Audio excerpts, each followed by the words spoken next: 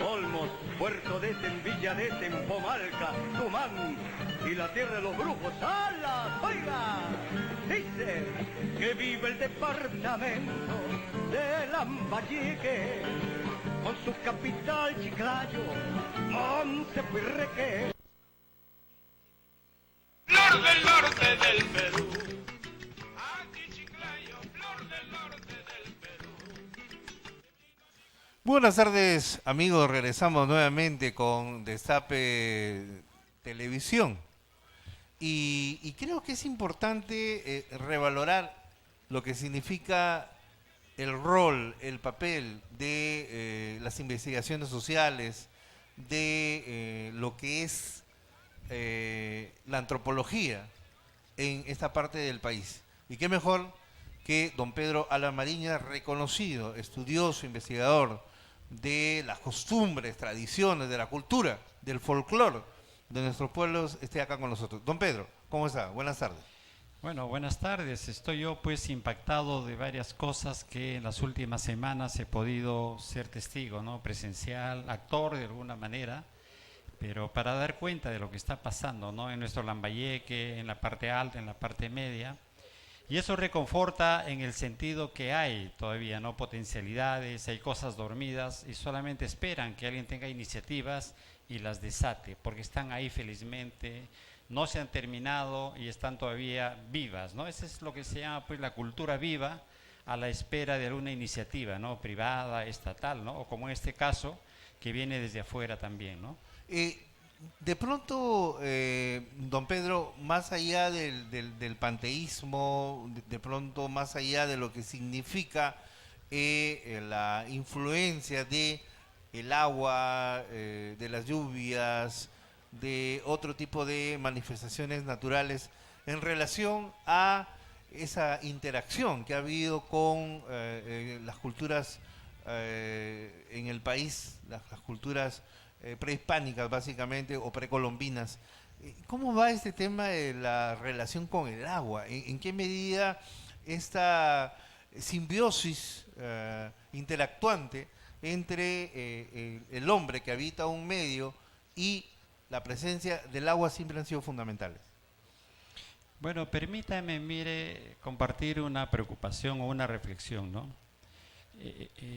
Realmente en Lambayeque, en el país, estamos asombrados que con cierta facilidad copiemos enfoques, reflexiones, teorías que vienen de afuera, como si nosotros no tuviéramos nada, no tuviéramos sabidurías ancestrales, prácticas ancestrales, y si no tuviéramos una cultura que viene de milenios de desarrollo, que tiene que enfrentar los retos de una geografía difícil, de un paisaje complicado, y de una población pues que tiene que adaptarse a estas condiciones. En consecuencia, importamos enfoques y los aplicamos sin un filtro crítico a nuestra realidad, y entonces creamos ahí ciertas discontinuidades, ciertos problemas, y yo digo, ¿no? Ciertas intervenciones que son a veces violentas, porque estamos violentando toda una tradición. En este aspecto, por ejemplo, en el tema del agua, ya el tema del cambio climático, el tema de la vulnerabilidad, lo conocemos perfectamente. Todo lo que se viene avanzando en contextos internacionales también, hay eventos, hay foros, hay compromisos, etcétera. Pero digo, en el tema del agua, nosotros como Lambayeque tenemos algo que aportar. En este debate y en esta, digamos, disposición para preservar un recurso tan importante, algo tenemos que aportar, y sí. Desde la antropología estamos diciendo que el respeto que le tenemos a los recursos naturales en general, y en particular la tierra, y en este caso el agua, no proviene de una reflexión de vida, no proviene de una reflexión mercantil, o no viene de un temor a que el recurso se agota, sino proviene más bien de la esfera religiosa, de lo más profundo del ser humano, que concibe que el agua, ¿verdad?, es fuente de vida, que la tierra es la Pachamama, y en consecuencia el hombre tiene que mantener una relación fraterna, cordial, religiosa con el agua y con la tierra, y en consecuencia esta relación se explicita en ofrendas, en pagos. Entonces el pago a la tierra Es esa forma de relación, de agradecimiento, de respeto, pero de profunda identificación que tiene el ser humano con la Pachamama, con la Madre Tierra, a través de ofrendas, a través del pagapu, a través del pago a la tierra. Y con el agua igual. Hay que bendecir, hay que hacer ofrendas a la laguna, hay que respetarla a la laguna, hay que dialogar con ella y hay que pedirle que nunca se acabe el agua y que fluya más agua para todos. Entonces yo creo que esto es importante destacarlo, porque en esta festividad del agua que hemos tenido, efectivamente se ha tratado de recoger eso, saberes, tradiciones, ¿verdad? Grupos humanos que estamos tratando de rescatar toda esta ritualidad para volverla algo que vaya en armonía con el discurso moderno del recurso agua, con la amenaza del cambio climático.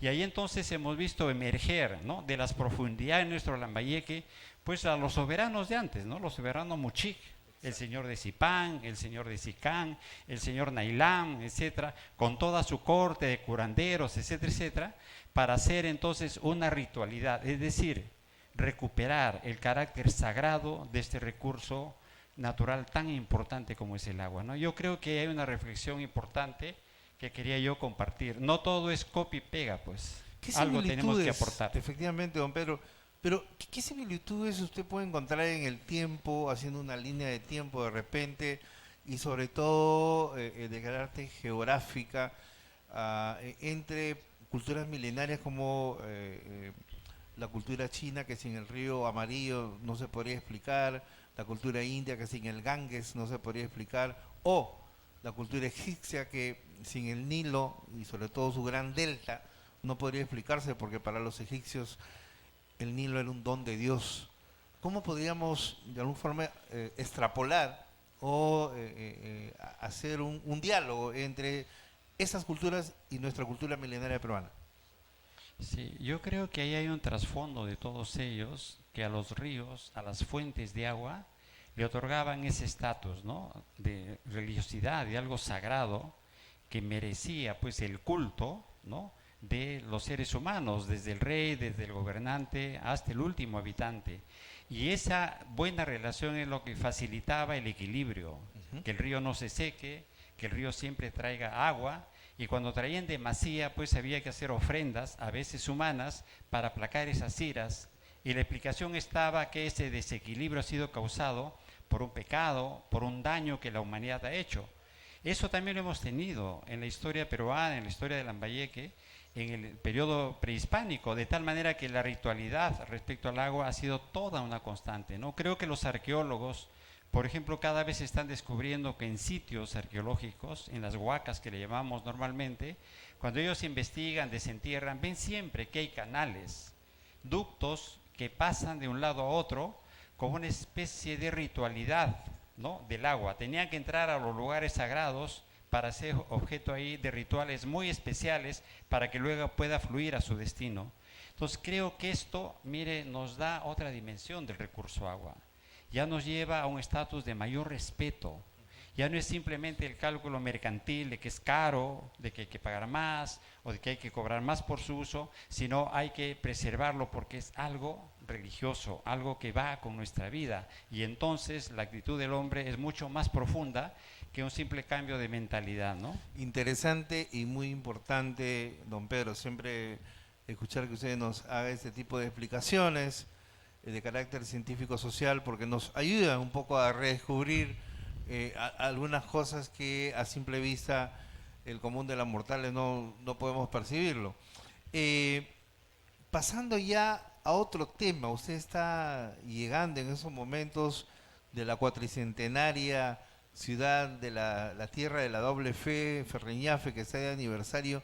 ¿Qué podemos decir de Ferreñafe en el tiempo? ¿Qué podemos decir de Ferreñafe colonial?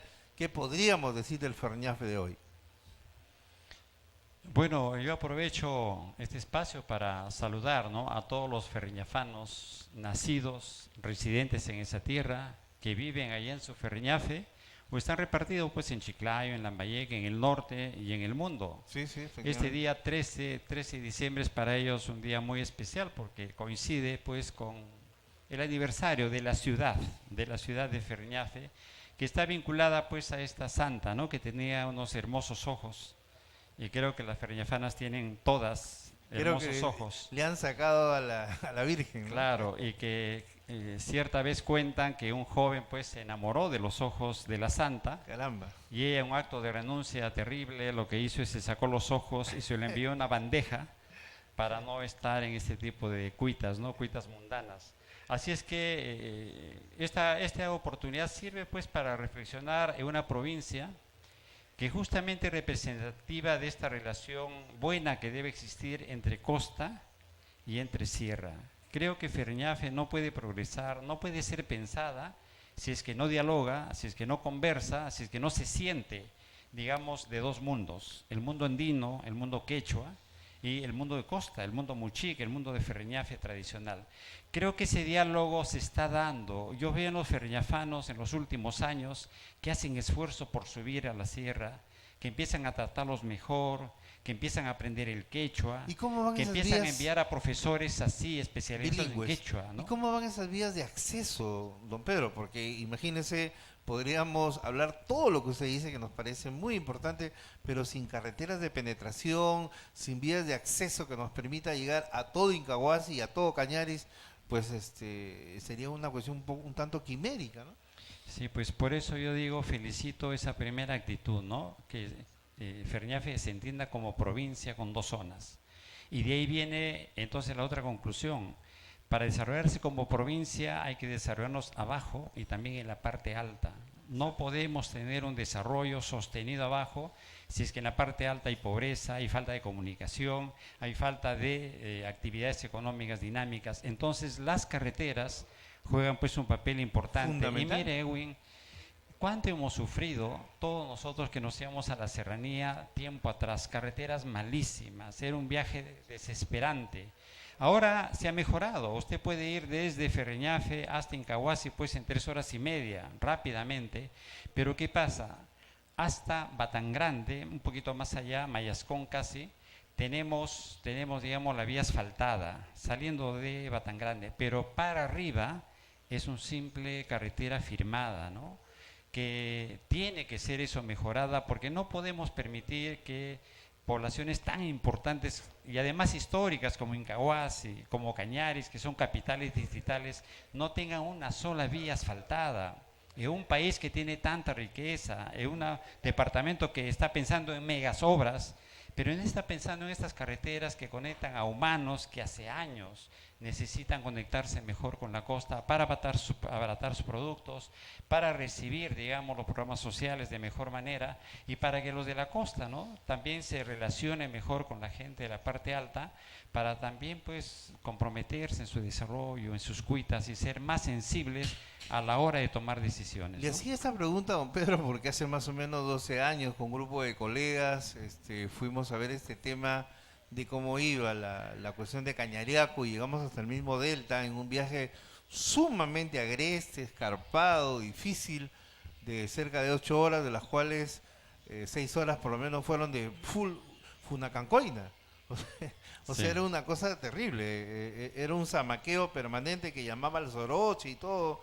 Bueno, terrible, realmente fue la experiencia, a pesar que fuimos una camioneta 4x4, que es de doble tracción, pero igual sentimos las inclemencias de lo que significa una zona totalmente accidentada. Sí, bueno, ese es un tema pues que nos conmueve, ¿no? Me parece que es nuestra zona andina, y por zona andina hablo pues todo lo que es el distrito de Incahuasi, el distrito de Cañaris, gran parte del distrito de Salas, exhiben los peores índices de desarrollo humano, ¿no? En cuanto a salud, Definitivamente, hasta ahora, ¿no? en cuanto a educación. Y el tema me parece ahí no pasa tanto por enviar más médicos o más postas o más medicina tradicional, sino que me parece pasa por la necesidad de dialogar con ellos. ¿Por qué estas zonas no se están desarrollando? ¿Por qué queremos imponerle una forma o enfoque de desarrollo que ya lo hicimos en la costa y que no da resultados? Mire la salud como estamos, altos niveles de desnutrición. Sí, Tenemos definitivamente. cantidad de postas, ahora tenemos 4 grandes hospitales y mire las colas que hay en todos ellos, no se abastece. ¿Este mismo modelo lo vamos a exportar a la sierra?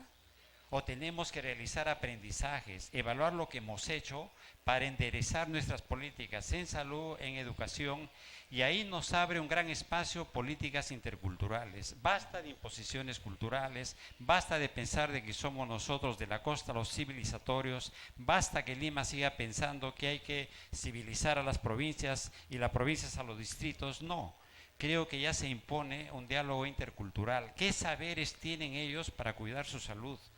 ¿Qué hierbas, qué prácticas de esas debemos incorporar en una política de salud? ¿Cómo atendemos a las señoras que buscan ser atendidas porque están en situación de embarazo y de parto? Tienen prácticas culturales que les estamos violentando. ¿Qué comida les estamos dando nosotros? ¿El arroz? ¿Verdad? Ese aceite que es nocivo, ¿eso les vendemos ahora? Entonces creo que tenemos que pensar que el desarrollo de estos pueblos tiene que ser una combinación, producto de un diálogo intercultural entre este Perú oficial que no está dando los resultados que queremos y los saberes andinos que felizmente todavía tienen ellos y que debiéramos recoger y aprender, ¿no? Y realmente harto complicado, don Pedro, porque por ejemplo para llegar a la parte de Huacapampa, sigue Chinchín, Chirimoyapampa, Tute, que alguna vez hemos conocido, fuimos a hacer un trabajo por ahí de fortalecimiento de capacidades, pero para ir a Huacapampa hay que ir por Pucará, don Pedro. Sí, sí, hay problemas ahí.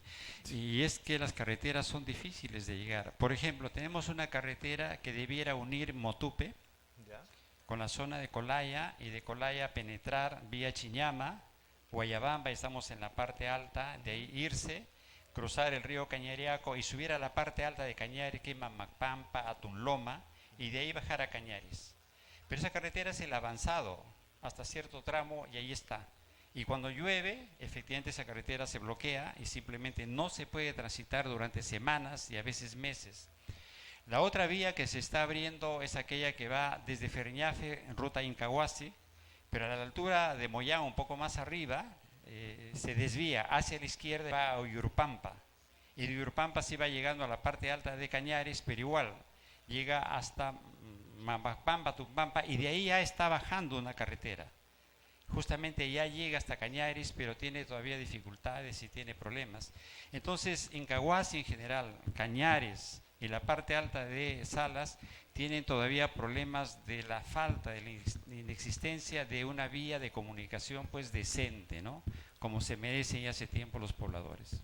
Bueno, don Pedro, siempre es ilustrativo conversar con usted porque de esa manera tenemos mucho más claridad respecto a lo que significa la manera como nuestros pueblos ancestrales, porque hablar de Incahuasi, de Cañaris, estamos hablando de pueblos con costumbres milenarias.